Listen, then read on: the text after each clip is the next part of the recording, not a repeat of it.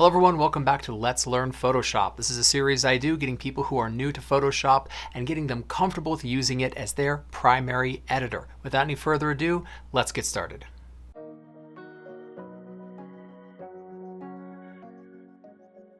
Today I want to take a look just at the layout of Photoshop. So we have a bunch of stuff all around Photoshop, and I just want us to be comfortable with navigating this space. That's going to be really important to us. So let's just take a look around and understand what is it that we can see. So first of all, we have the documents. Now the documents that are open sit right here. I only have one open at the moment. And these are just the individual documents or files that are open and that I am working with. Okay. Now we have stuff at the top, stuff on the right side. At the bottom, we get this interesting stuff down here, and then I get cursor tools on the left. Let's deal with these one at a time.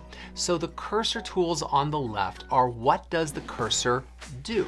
We have a bunch of different ones here. We'll explore them as we go along, but the move tool is kind of your default. We also have selection tools and cropping tools and healing brush tools, all of these essential things right here. Now watch this bar up here. If I choose a different cursor tool, this stuff changes. Different cursor tool, this stuff changes. The reason why is the stuff at the top is what's called the options bar. The option bar are the options for the cursor tools. So when you choose a new cursor tool, the options here change. If someone's screen does not look the way that you think it should, or yours doesn't look the way that a screen that you're trying to mirror or copy off of when you're learning Photoshop, if those don't align, it's because you have a different cursor tool, and therefore these options change. Important thing to know. Over on the right, we get the right panel and the right panel tools. And this is where we really customize the way that Photoshop looks. For instance, my Photoshop looks remarkably different from yours. And this is what's called the Workspace. The way this is laid out is the Workspace. If I come to Window, Workspace, and then I can choose something different. Let's say I choose this one for graphic and web. It totally changes what's over here. I very much dislike the way that the Workspace looks initially inside of Photoshop, and I like to change it. Well, let's take a look at how I do that. First of all, we have, if I see here, this right panel tool, and I have individual tools. Now, right now I only have layers that is up here. If I choose a different workspace, let's do painting, bunches of stuff kind of changes. All right, and I even have one that was kind of off, so let me try to position that somewhere. There we go.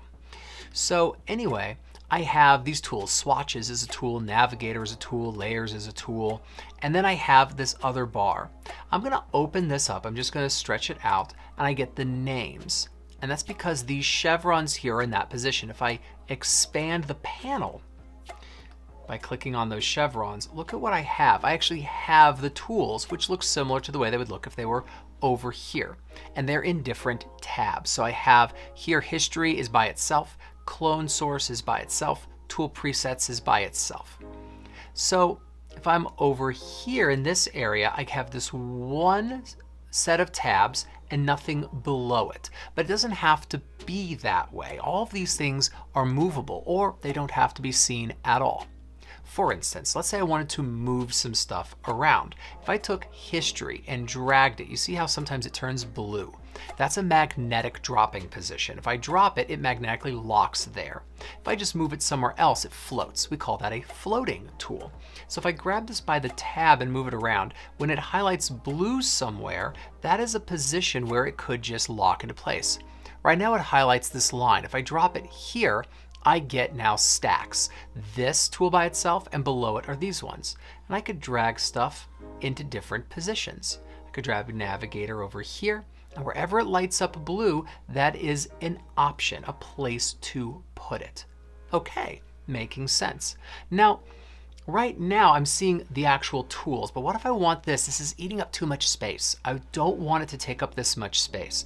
Well, if I collapse the chevrons like this, then I get just the names. And you'll notice it's based around which ones are their own section. So these two kind of clump together, these two clump together, etc.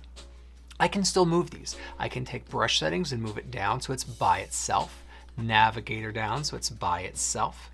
And I could, of course, reorient these into any position I wanted to.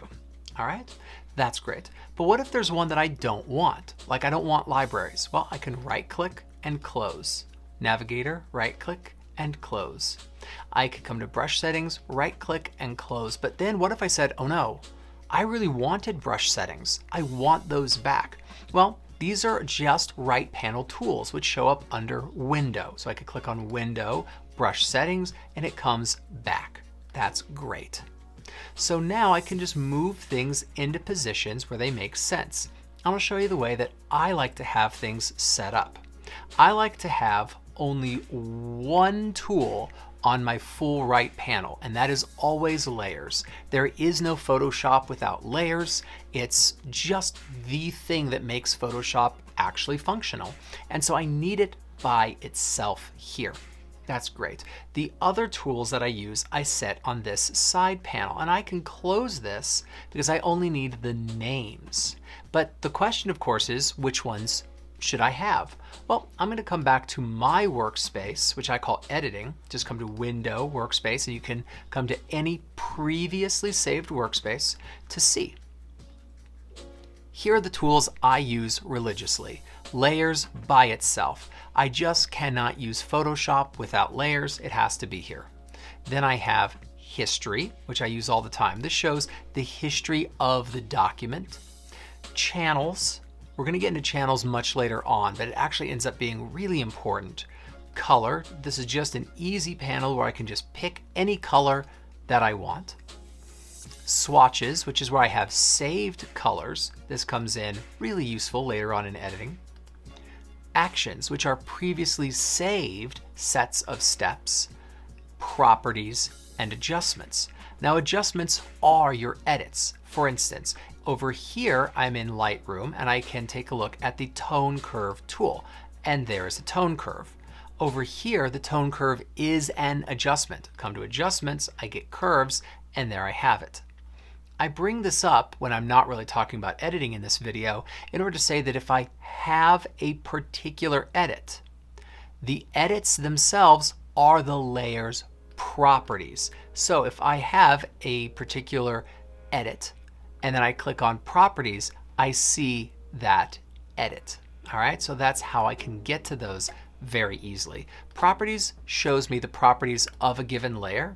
But why this is important is the property of an adjustment layer is the edit itself.